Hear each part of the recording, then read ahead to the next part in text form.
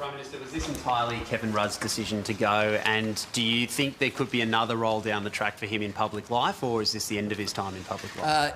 Yes, it was entirely Kevin Rudd's decision. I met with Kevin a while ago.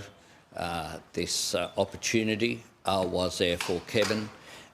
He is finishing up a year early, but he has served for 3 years.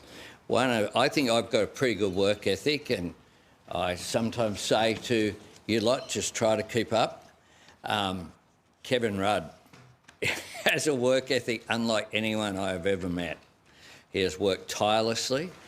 He's moving on to a role that he believes is pivotal. Kevin Rudd will tell you privately what he has said publicly, and what drove him to write the book is that the relationship between the United States and China, the two big superpowers, is, he thinks, the most important one that will define the mid-part of this century. He sees this as a continuation of his public service to not just Australia, but to the global community. Prime Minister, on Iran, you've expressed solidarity with the people of Iran, but should Australia and the international community more largely be doing more to support people who are opposing an authoritarian regime and to prevent the bloodshed there? Well, I've said very clearly our view, which is to condemn the Iranian regime. As I said yesterday, we stood in this courtyard and expelled the Iranian ambassador for what they were doing here in Australia, intervening in our domestic affairs in the most abominable way possible. That was the first time that an ambassador has been expelled from Australia since the Second World War.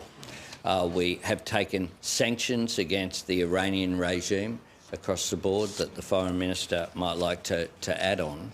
But we stand with the people of Iran in fighting against what is an oppressive regime, one that has oppressed its people, one that is, I hope, is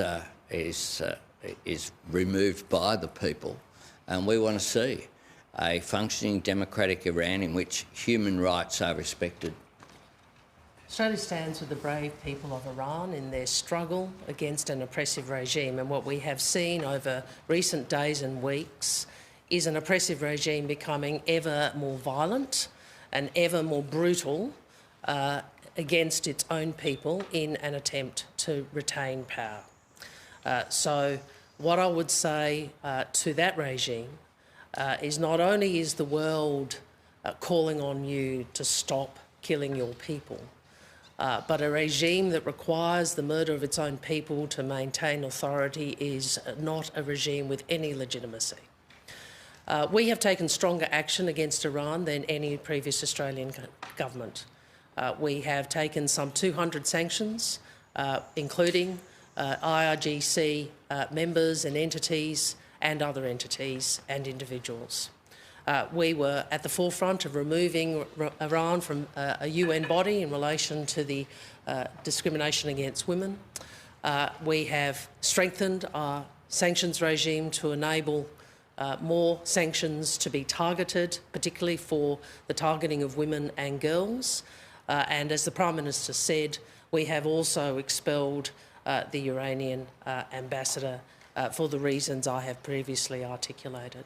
So we continue to call on the regime, as has President Trump and world leaders, to cease this brutal oppression of its people.